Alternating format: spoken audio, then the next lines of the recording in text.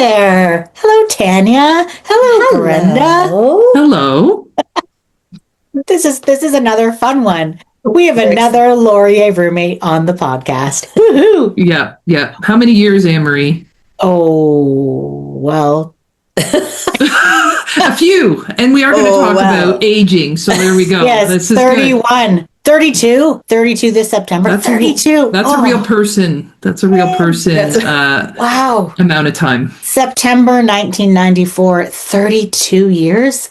I want to throw up in my bucket. Like, it's beauty. It's good. Yes, I agree, Tanya. I think this is awesome. Yeah. Yes. Well, and so Tanya, it's fun. We get to meet each other's friends through this podcast. So I love that. And you've met Brenda another time too. But so we wanted to have Brenda on because we have been talking lots about midlife all through, whether we're talking about our bodies, our minds, our transitions in life, all this stuff. And Brenda comes from a really interesting perspective from an aging mobility perspective. And so why don't you introduce yourself, Brenda, and explain maybe what you do in this space so I don't get it wrong. And then we'll just jump in because we're not going to talk academic necessarily, but you have some amazing insights on this topic. So yeah. Thank you. First off, beyond, depending on what venue I'm in, I'm always happy to say I know Anne-Marie Burton, right, as part of my, identity.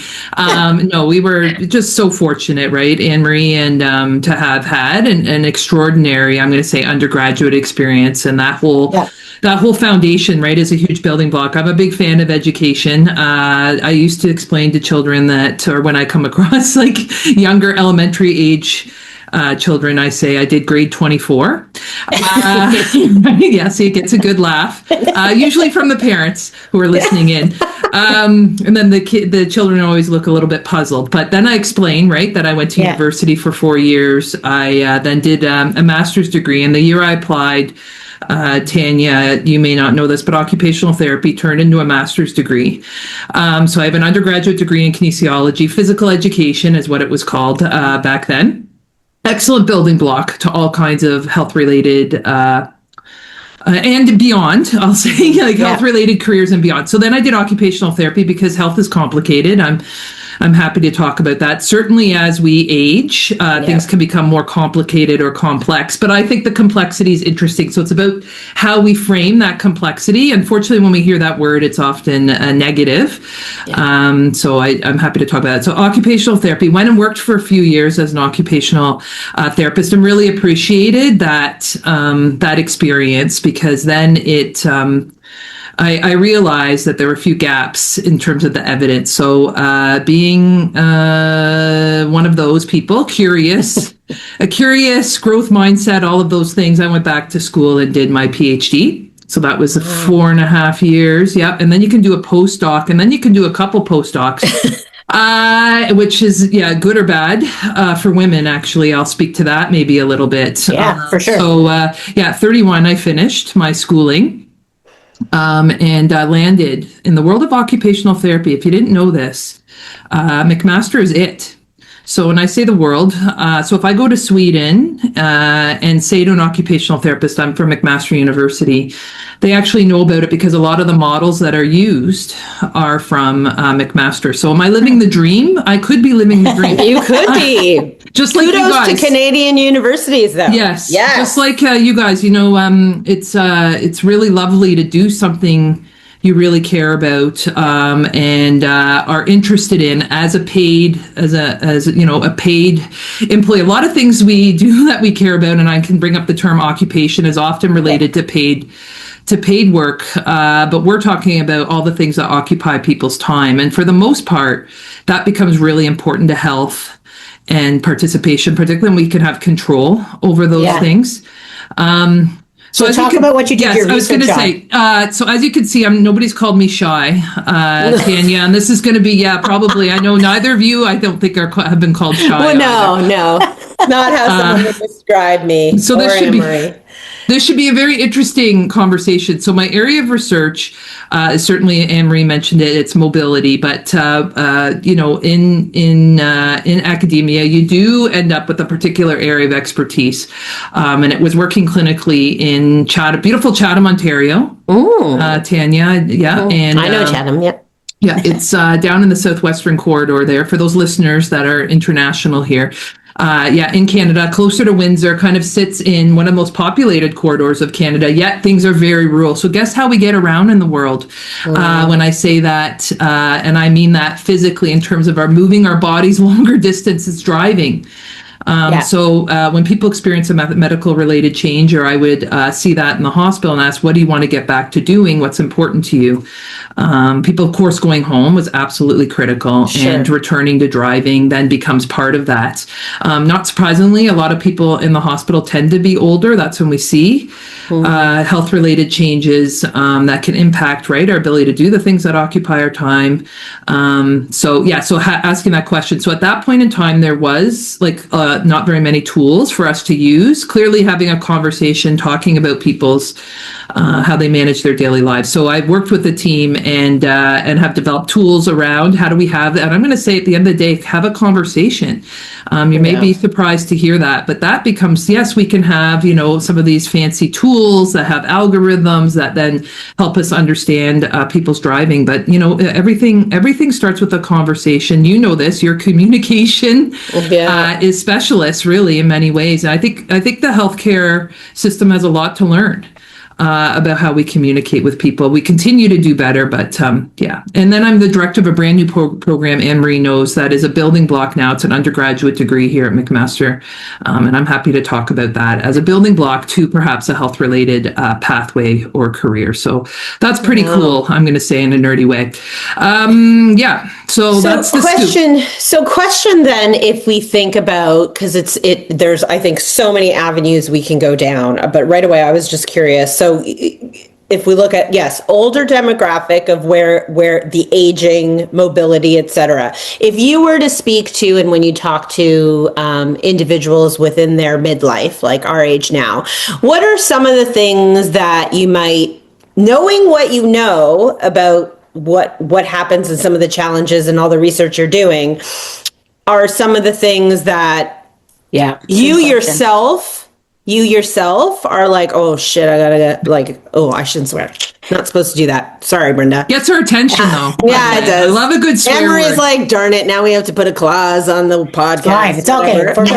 Now that I'm a full professor, I actually throw the swear word every now and then. Nice. And then people, I know this, it gets your attention. Students for 1 second. Yeah. Yeah. So what are some of the things, we should know that you're like, and we know in the media, there's a lot being talked about women, all of the things we could do, but maybe talk about some correlation when it comes to what you're doing research on, that you're like, did you know, or this really is where we need to focus at 50 or 45 to 55 type thing.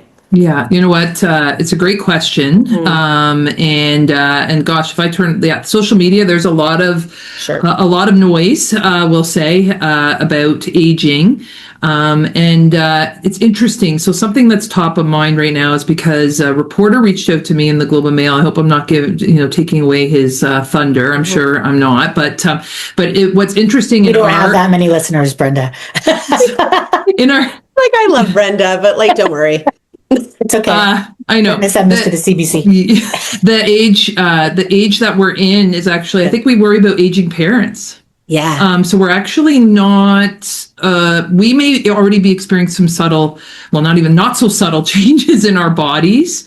I can speak to that, right, in terms of what happens around 50. Yeah. Hot topic. I call this the sexiest research. I use those words because it's really got the attention of people, and so it should. And I know you've had others talk about menopause and that topic, but I'm gonna speak about aging parents. Not only I'm so grateful to have my occupational therapy degree in some ways. So my parents were living 2 hours away, for example, and how did we start to have that conversation around where they're living, what type of house, how do we make sure that environment's set up, let alone you can talk about driving being one of the most sensitive issues for people. In fact, when in our research, when we're talking to older drivers, and particularly those who, experience perhaps a sudden health-related change like a stroke or diabetes that then has some, long-term effects on vision, thinking. Because one thing we don't realize about diabetes is actually it's a multi-system issue. So it can affect our vision. It can affect the way our feet feel. Like a lot of people talk about, I can get really nerdy about neuropathy and use big words, but like our feet feel funny, right? And of course, when you think about current vehicles and gas brake, right? That becomes an issue in terms of where our feet are in space. So all of that to say, having those conversations, very, very challenging. And I think I could speak for my parents. So the reporter was interested in the notion of getting people to downsize. Yeah. And how do you get people to sort of, and that includes ourselves. We start, I think, as humans, as particularly as an occupational therapist, we think about the person environment transaction and our home, right? So we could think we're more advanced in terms of animals or whatever, but you know what? Like we are like having a home, and we watch, right? Like this is actually part of our DNA, is to feel part of that home, and then to be sort of having to move somebody right, to a smaller place and being part of that process or opening that conversation. So I think there's a lot of stress there. Can I jump in? And falling on the daughter a lot of the time. Yes, a lot of time. Let alone if you have issues with your parents. Not everybody gets along with their parents. I mean, Anne-Marie might think, oh, you and your parents are very close. We are close. I consider myself quite fortunate. Fortunately, we lost my dad. That also, right? So my mom had, somebody that lived with her for 54 years. Now that person's not there anymore, right? Nobody's around. So like, my goodness, like there's just a lot of questions, right? And how do we support people to maintain their dignity? I'm going to use that word, to, live where they live for as long as possible and sort of squeeze, right? That, downward trajectory, literally and figuratively, health-wise. So that I have a quick. I have a question. This person environment transaction. Okay, so I'm listening to you and I'm thinking, oh my goodness, something just went off in a brain, and I bet you that Tanya will already have thought this because you've made a downsize transition because you separated and you had to and you deliberately made a change to a smaller house with less maintenance deliberately. But for those whose lives have not made such a dramatic transition, you kind of just sparked something in me of,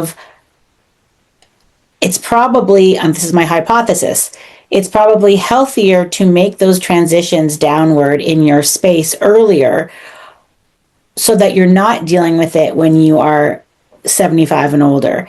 And then you can maybe have the time to enjoy the process and the downsizing and make new friends and communities in the new neighborhood or with. So I'm just, you're not making these transitions in a stressful time. Is that a good hypothesis? Yes. You would recommend to people in their 50s, 60s, don't wait till your 80s and 90s?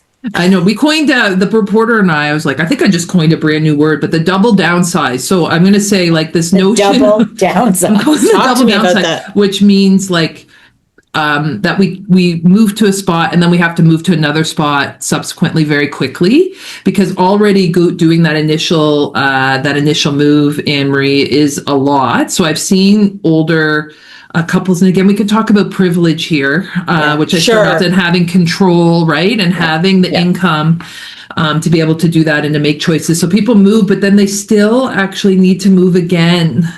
And in fact, if they thought about that initial move a little bit more carefully, they might have not made that first decision, right, in terms of where they had gone, which continued to be a little bit, I mean, I like people say, get rid of stairs. Actually, I don't agree with that. It's exercise, right? It's, right, yes, and it's part of our everyday life. Now, do I believe in handrails? You bet I do. Sure. And that includes across the lifespan. Stairs are very dangerous places for humans. actually, particularly going down. We get distracted or whatever, right? And we just seem to sometimes flop down. I don't know if anybody's had the pleasure of falling downstairs. Yes, I have. Yeah. I was on Anne Marie's again. If I just think that's like for me, because so everything Anne Marie said about, I consciously made that decision, but interestingly enough, like my parents consciously made the decision 15 or so, they're 77 now. So they were probably early 60s. They downsized well before a standard downsizing would happen. And we were like, are you crazy? Because like grandkids and all of those things, but it came down to, foreseeing kind of the maintenance. I think, with the housing market and everything that's happening, I do believe for us 50-year-olds, so again, remembering you're talking like 75 plus, right? When you're talking about the aging parent, right? So if you look back to us and as you said, daughters or what have you, I just think there's this reframing of what life can be well before, like in our 55 to 60, where kids have left. What does that look like? Now, I think there's a difference in if the kids come back. I do feel like that's now what everybody talks about is I want a bigger house because if all the kids come back, there's a place to go. I have a different view on that. But if you look at it purely from an aging standpoint and a freedom, and you're not going to double downsize then, because earlier on you've already downsized. You can age in place. Yeah, if you have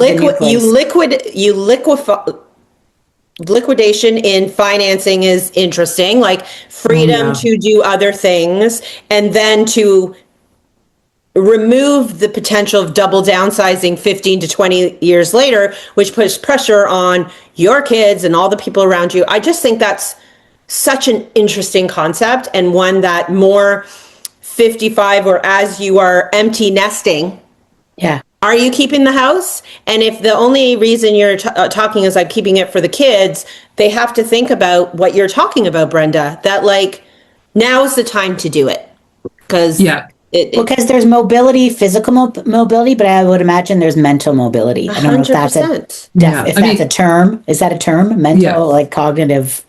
I don't know. What's the term? There's definitely an adjustment. I will say one of my friends, I think she's 61 maybe. And so her dad, has one of those, palatial Oakville homes, older neighborhood, right? Bigger yard. Clearly they're, a little bit more room there, and then they're tearing down those houses and building new ones, right? So the neighborhood's gradually changing. But what's interesting is, unfortunately, she lost her mom, and he stays there in 90. In fact, I think I got her balloons that were 60, and then she could reuse the balloons and just turn the 6 upside down, so it was 9. That's amazing. At his birthday, I was like, you could reuse this. I did that with my dad too. I was 48, and then we turned it around to 84. Love that. Yeah, one of those. But he actually had somebody move into the house with him, and you say, who's that? Right? Like, what's going on? So they interviewed people that were looking for places to live. Ended up being a single woman. I think she also had a change in marital status. Financially couldn't afford, right? Very expensive. Yeah. So she was meant to also make a meal for him, like in the evening. My goodness, his quality of life, right? Right? Till again, the squeeze for Ernie he was squeezed. I know, lovely. Was squeezed, right? Because she was there, but they did go through an interview process. They went through an agency. I'm going to say some of these things, and he stayed there. He did stay there. Wasn't interested. Very active. Man overall again, till the body does eventually, unfortunately, break down, but did live a very good life. But in terms of him being there, he needed somebody there. Now she wasn't bathing him or doing that's a very very different thing. But still, to have somebody there in terms of loneliness, right? It's very interesting. And this is she was there for years, 5+ years. Let's talk about community, because I think I know you've got some opinions on community too, because I think if you are downsizing, there's a neighborhood maybe you've lived in for a long time and you have your community there, hopefully. Exactly. But if you move to another community, sometimes like my mom lives in a condo building in Burlington that is not a retirement building, but it definitely attracts seniors. So they have activities in that building, playing cards, and they have like a Christmas party, and they know their neighbors a little bit more than if she moved into a street maybe that had lots of different aged people. They're all kind of in the same age and stage. So community. So, I mean, we all know that, again, at this age, we also really need community. But talk to us about the benefits of connection as you age, because I think that's a huge piece too. So there's this study, this seminal study. Don't I sound nerdy? But like basically loneliness is equivalent to like smoking 2 packs of cigarettes a day. That I'm not even like, this is like a fact. And that if we live on our own, and that's the way to get, again, this from a communication standpoint, how do we then translate that into like so that we understand what that means, right? And clearly cigarettes now have a very poor social standing. But this idea of 2 packs a day, that's how bad it is on our bodies. So on our bodies, what in particular? Like, is it our broken heart? Is it what is it? What is it? Again, I can get into the complexity, but I'll just say, how do we say our health system, in fact, we're more prone to so we're not as resilient. We're not as resilient. Like we're more prone. So even though like mixing with people, right? You're like, oh, you're going to pick up a flu bug or whatever. We actually like it's better for us to be around people. We become more. We're just. Yeah, you're gonna have to help me find my words, but I think also it's the smallness, right? Like, so I think it affects every aspect of your body. So first of all, you talk about depression, cognitively, like you are what day it is, all of these things. Yes. Your spatial ability, your purpose, let alone if you're not connecting, you're not moving. So then it moves down to, so it's mental health, it's cognitive health. Tanya, are you an occupational therapist? You want to come? But we've got some good, we've got some classes right now. I like the way you're thinking about the whole picture. Yeah. Well, it's a fear. I am... I'm obsessed about this stuff, not from an occupational standpoint, but given what I've seen surrounding me with aging individuals, I am hyper aware because I've seen what it's done. Yeah, exactly. Yes. Yeah. So when you see it and you're self-aware enough, everything I do now, and someone said it, and I know it's not original, but like everything I do now is for my 70-year-old self, like everything. I think once you switch that mindset and realize that, I'm with you. And I think COVID alone in the idea of how isolation and loneliness can entirely flip your life around is... Yeah, Zoom doesn't cut it as much as we're talking right now. I said, do not. I can't stand it. So my humanities colleagues say, can we meet in 3D, which I appreciate. I love that. Only the humanities can can say these kind of jokes. So I always give cred to my to the people that come up with these. So that's really important. I love hugely important. And for this audience, again, we're just gonna bring it back to those listeners out there, because our themes, like it supports in a different way this idea that when you have empty nesters, your life revolves around your kids. You're going out. We had this whole thing many podcasts ago where I was like, Anne-Marie, I don't leave my I don't have to leave my house. Like, I have to consciously say, get out of the house, because I have no kids to drive. I don't really have to do, everything is online. And we got responses back from friends of mine be like, 7 days for me. I'm like, if at 3 days I haven't left the house, I consciously leave. Yes. So you intentionally, it is very easy. We're getting into, once your kids are gone, and if you don't have that purpose or intention, there is no reason to leave your home. No. No, So community is so important. Yeah, exactly. And that needs to be, and you have to work at that, which I know you've talked about. Yeah, you have to, just like a muscle. That's what they use the analogy is. You also have to work on friendships. And Anne-Marie knows, like there was a time where I was not in contact with my Laurier friends, probably for a number of reasons. Fortunately, they did. They never gave up on Brenda, and there was a reach out related to one of the reunions. And you know, nobody asked where you been. It was almost just an acceptance back into the fold. And I've really appreciated that, Anne-Marie. Not surprisingly, Anne-Marie seems to be the hub of the wheel. Whether she likes it or not, that's her gift, and she must use it wisely. But and when people have those gifts, right, then I you know, as we joked at the start, you know, nobody's called me shy, but at the same time, I do have to work hard, like you can call the end of the week. Right. But 100%. If I go out on Friday, I'm much better for it. So in fact, even this year, I said, I'm going out on Fridays. So on Friday, we went to the symphony with my mom. Ooh. Just in Ancaster around the corner. We like the Ancaster Center for the Arts, and the arts are very important in my family. And I even said to myself, if my mom wasn't here, I'm sure I could find a friend, but I was like, I could go here by myself. There are things I've said to myself, Tanya, too, which I'm really appreciating what you're saying. Yeah. Is this notion of like, I got to do this. Where does that come from? I don't know. That you have to sleep right, because that also affects, right. So we have there's a lot of work that has to be done. Yes. I'm 7 days right now clear of having my phone, distance from myself in my bedroom. I know that sounds, but that's good. Had to do that away because last Sunday I heard on one of my favorite shows called Sunday Morning. Guess what day it's on? It's CBS.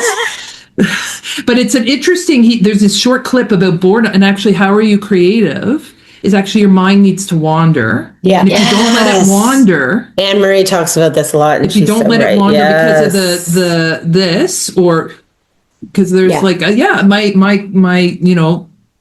my friends, right, are a text message away, but is there something about just sitting and doing this? The doom scrolling is a real issue.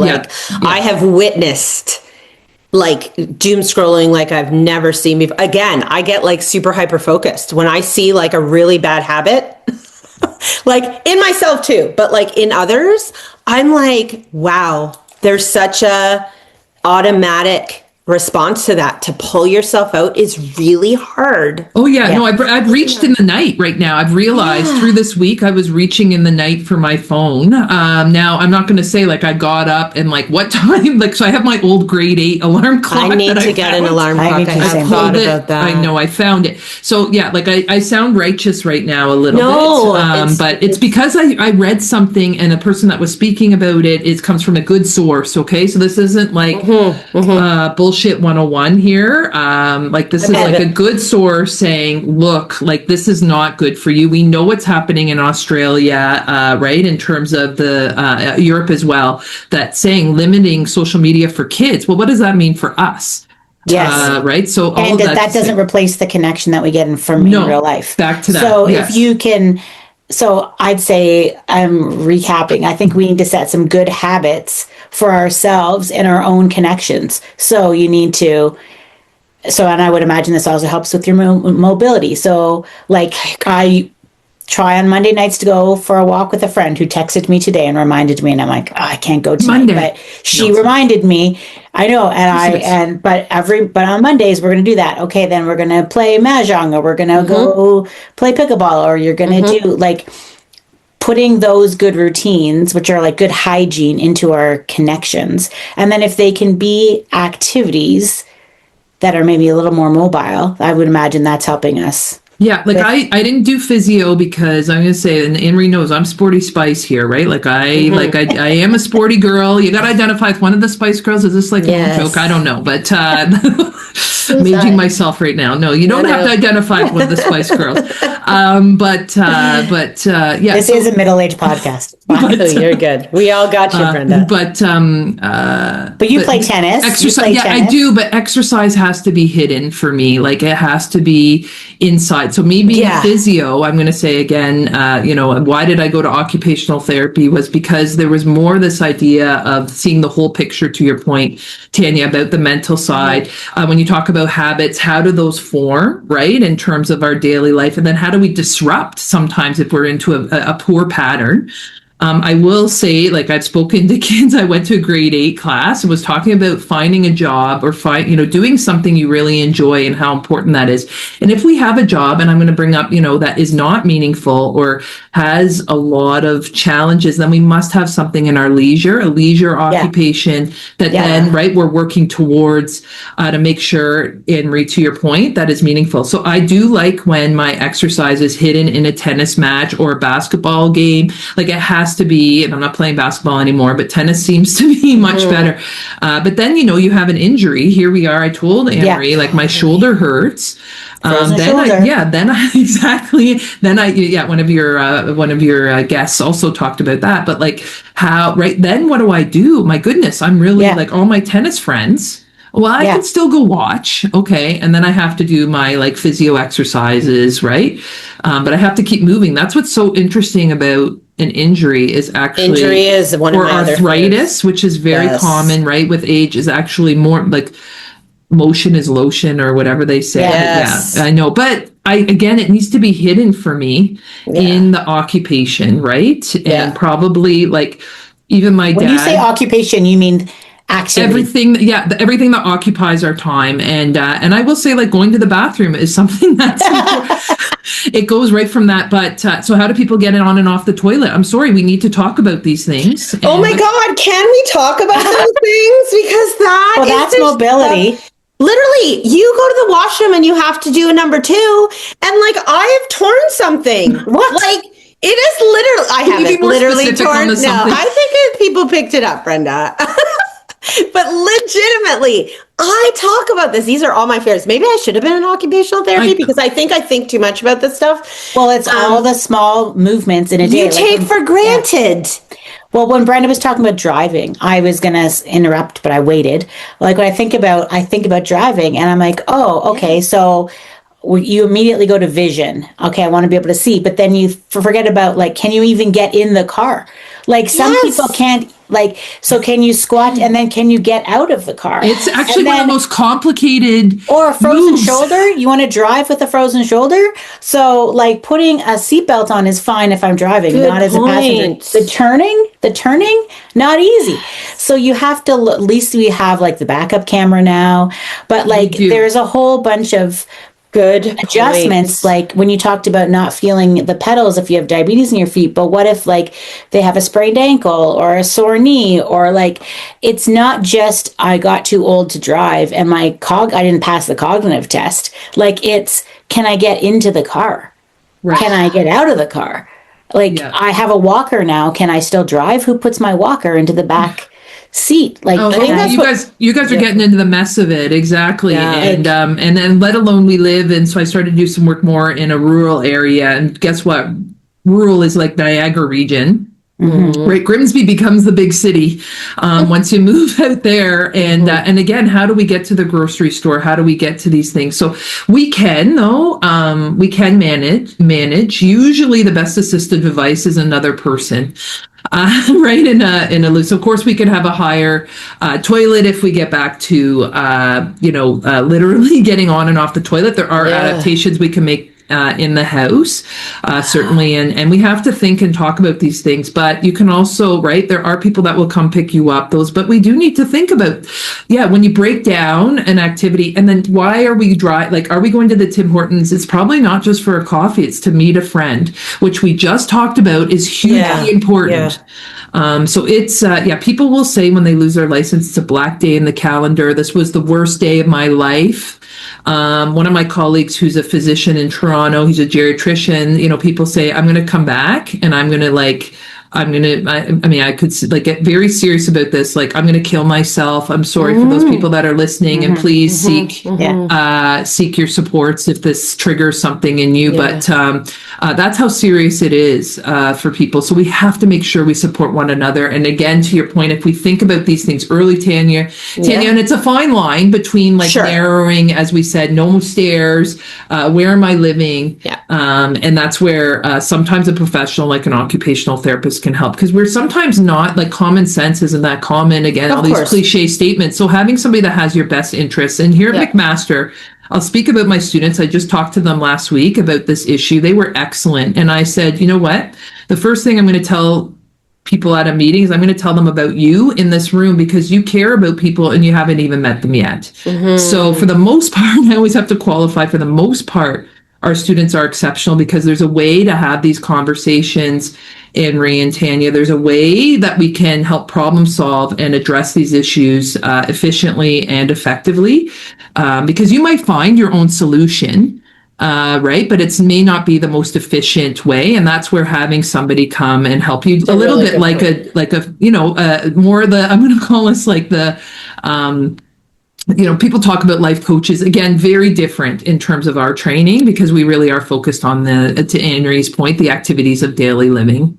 I think that's really good insight, again, for listeners, sandwich generation, right? If you're thinking about yourself in what you need to do to have as full of a life later on from a mobility standpoint. And then those of us who may or may not, you know, be working through with an older, with parents, you know, or I have an older aunt. She doesn't have kids, so it's the same idea. I love this. I never really thought about occupational therapists as that idea of, okay, let's examine mobility of this. I mean, already I could put like a whole work session together in like, what is your, you know, what is your ideal life, start to finish, start of the day to end of the day? How are you doing it now? And what are the gaps? And I've just made a mental note that is, well, versus us making assumptions. Yeah. And also having them be open to it, like small changes in their 100%. Own house. So my mom has a condo, so flat, which is convenient, but there's 2 bathrooms in there. The bathroom that's connected to hers is a hugely high tub, big high tub. So the bathroom that's down the hall, you know, 10 paces down the hall, is an open shower. At 82, one would assume she would use the shower. No, because she just got a bar installed, because that is giving up. Good. So she's got a bar installed. I get that though. But it is it's higher than an average tub. Like, I find it hard to get into it. I can only imagine June, cold and naked, holding onto the thing, trying to get into this. So, June. But and she'll not listen to this, so it's okay. I can talk about her. But my point is, I respect her for the independence. I respect the fact that she doesn't want to give up these choices. Yeah. Even though the other choice is right there, and really it's like she won't allow her standards to drop. And I can imagine that is a very common, because people have been living a certain way their whole life, and they don't want to admit that they can't do something, or that it may be risky. So they're going to keep doing these things. So those are interesting. When you talk about conversations, Brenda, like that's, like every person, I guess, responds differently, but they're not all going to be open. No. And how we open a conversation. So to your point, I actually, like, I think, June's going to hold on. And those people seem to like, you want me to go to no way. Right. And actually by even these people that are a bit like and this has been, when people challenge the doctor on how much time they have left to live, it's very interesting. They don't agree with the doctor. They're less agreeable. They actually seem to live longer. Right. So there is this notion of something, you're so stubborn. But actually we could change that word to resilient. Yes. Now there's a will to and that is, which is amazing. Awesome. But there should be some things that change. So my mom throw rugs. Okay. My parents came from Europe. You see the last name here. Yes. We've got some Eastern Europe, beautiful rugs, Oriental rugs all over. No way my mom's getting rid of those. Guess what? A couple knee replacements. They're gone and they haven't come back. They're rolled up. And they're not coming back. So there has to be sometimes, and I'm going to say the OT daughter With Yeah. like, there's still a couple rugs around though, okay, that she's not Sure. willing to give up, but she doesn't have to. So she goes to the gym here at McMaster. We set her up. My dad was going as well. She actually, here, my mom hears the word exercise. She lies down. Okay, this is Dagmar. She's not an exerciser. Okay. She's like, here, she going this morning. She was at the gym twice a week, but guess what's huge at the gym? The Bagel Gang that she's met, right? That meets for coffee on Fridays. So they're there. There's a social element to Yes, I agree with that. So she goes for the Bagel Gang. She goes for the Bagel Gang. I think though the exercise is there, and like I watch her get into and out of a chair. You know, I'm always doing reconnaissance on her, and she's doing very well. Right? But that's because she knows if she exercises, that means that we're off to Europe, where like, right? She's from Prague originally, beautiful city. I don't know if you've been, Tanya. But, I haven't. I want to. It's on Anne-Marie, Anne-Marie, not yet either, right? No, great Soon, city. I'm gonna come with you. Yeah, exactly. And Dagmar. Welcome to. Okay. Yeah. And Dagmar. I like it. Yeah. So bring June. It'll be like actually, no, it's great. And and I just follow my mom around. It's lovely because I don't know where I'm going, and that's like very easy. But and there's great Czech beer there. But that's her goal. She wants to travel. Yes. And she's like, she has her art group, right? So we're driving to the art group, we're doing that. But it was interesting also to see my dad, the lack of insight. So we come back to Anne-Marie, that idea of insight and ability. Driving on the highway, I was doing my dad's like, I can do this on the 401. Like, I'm like, right. So it sort of surprised me because he was a pretty cautious guy, but he was also starting to lack some insight too into his abilities around town, perfectly fine. But at speed, and again, I know. So I do, there are ways to still get around. And he would be perfectly fine, but he decided not to drive at night anymore. My brother's kids had hockey games at night, and he didn't know that wasn't his jam. So again, we start to see these early changes. Why is that happening? I've seen that too. Underneath, and we go, oh, good, they're not driving at night. Well, guess what? If we don't use it, we lose it. Again, another cliche saying here. So this is the fine line between self-restriction, self-regulation, and pushing ourselves, June, over the edge of the tub, right? And so with there are changes we can make where June could still, use that bathroom because that's what she wants. But the non-slip thing's got to go on the bottom of the tub there, June. Yeah. Right? Yeah. Or else. Yeah. And my friend Mary was like, I'm never having this in the bottom of my tub. Guess what? She has it. She wouldn't go in the tub without it. Right? I want that in the tubs. Same with my mom. Some tubs are super slippy. Like, I don't care how old you are. Yeah. So that's actually, some of these things we just should be making adjustments because why not? Like, really. And I guess it's about giving up the control of just because I need a little bit of assistance does not mean I'm stopping or changing my life. No. And we can put some of these assistants in place now so that because I mean, really, who cares? Who cares if there's a grab bar in our shower? There should probably be one. Why would you not have one installed? Yeah. Why would you? And here's the thing, if we do it for ourselves, it's easier to have that conversation with our aging parents, where that's part of the double downsize too, maybe. Totally. I'm putting it in my bathroom, or you put it in yours. I put it in your 2 for 1. Here we go. I just think, so much to consider, and I think so very important for who we're talking about, and kind of as, people of our age, both on what we can do as we kind of see ahead, and also what we can do to help our aging parents kind of through that stage, which is not easy. My big aha though is I don't have a group. Like I have like Mahjong, my book club. Like I have social groups. I don't have a lot of activity groups. And I feel like that's an interesting, because I would go to the gym if there was a Bagel Gang. I think that's I hate the gym. Yeah. I hate it. I absolutely hate it. You and Dagmar are together. So she's, if you ask her even today, even though the Bagel Gang's there, she still hates the gym. Yeah. But she's going to do it because I have the gym in my basement right now. I am able to motivate myself in the morning. I have to do it. And so right now that's working for me for the most part. There is that, like, it does still feel like a huge chasm to be able to get over it. But I think this like, I really appreciate this. I appreciate Left Turn Strategy. I love the title.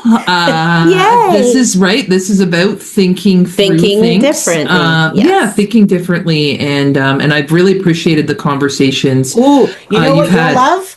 This new acronym that we read, PAUSE. You would like it in your work. Ooh. Perhaps, so the acronym is perhaps another unexpected solution exists. Ooh. Pause. Did you tell me that? Yeah, I did tell you that. Remember, it's good. I'm writing it down. Read it. Yeah, I did tell you. It was from the book you also read. That was... I'm a doer, not a rememberer. Liz Gilbert's book. It's from Liz Gilbert. Oh, yes. So perhaps another unexpected solution exists, which is a left turn, which is why I love it so much. Yeah. But I feel like in this theme of aging for ourselves or aging for, but like perhaps another solution exists. Like perhaps I can't run, but I can walk. Perhaps I, want to use the other bathroom. Like perhaps the idea of living in this 5-bedroom being a bit flexible forever is maybe not the solution that's actually going to work for me. And I should think about what are those other solutions. Maybe that's really the options. The takeaway I want also for people of our age is, if all of our themes is, especially for women, if there was ever a time where it's a time to really think about what is important for you and what you need to do, and this just highlights that for me. It's like, just don't do the thing that there's everyone expected. Like, look ahead and think left, like think differently. Take a left turn, because like your life, I always say this, like our lives depend on it. Like, especially as women, like not doing things differently, perhaps not looking at another solution is literally killing us. Like, I'll say that, like it is. And so we need to think about that. And if we lead by example, as we know, maybe our parents will come along, our kids will certainly see it. I just think there's a lot of power in the midlife women who can do it not only for themselves, but for those people around it. This is another great example of why it's so flippin' important to not worry about what other people think or what you've always done. Yeah. And to think about your capacity. I think that's a big one. Like making some of these changes actually might remove some of the responsibility and the weight of that responsibility and give you more capacity to grow in other areas. Yes. So maybe it's the smaller house that gives you more time to then go to the gym with the bagel gang. Like maybe here's a question. Okay, so we know a smaller house maybe is less work. When we were talking about vehicles, I was thinking about this as we were talking. Getting in and out of a car, like, is it better, like if a higher toilet seat's easier, is a car that's you go up into or down into, like higher up into would be easier than a getting down car. Yes, gravity is our friend when we're getting out of a higher car, and but the fine line of God, can we please get rid of the F-150s on our I was just gonna say that. Well, there's no reason. I know that's gonna help. Yeah, but Amber, you're analyzing everyday occupations now. I'm so proud of you guys. I'm so proud of you. If you think you're gonna buy a car, you're gonna have that car for 10 years. Yeah. So what car is going to take you for the next 10 years? Yeah, I think it's good. I needed a car that was going to carry hockey bags. Do I still need a car that carries hockey bags? Do I need something else that's easier or has easier ways to see out the windows, without turning so much? I don't know. Like, those are really interesting things to think about. Thank you, Brenda. Yeah. Thank you for giving us those. I am going to look at things slightly differently as well. Thank you. I thank Left Turn Strategy for. We're going to out-thank each other. We are. Now. Who's going to say last? Thank you. Thank you. No, I really appreciated this conversation. Same. Well, I love it when you come. I think it's so much fun when my worlds collide. It's like the best. It's just a lovely, lovely thing. So thank you for coming. Right. Thank you. Pleasure. Are you stopping the? We're going to record? stop What's right going now. on? You want to say anything else? No. Anything? Okay. Okay. We're going to just say thank you. Bye.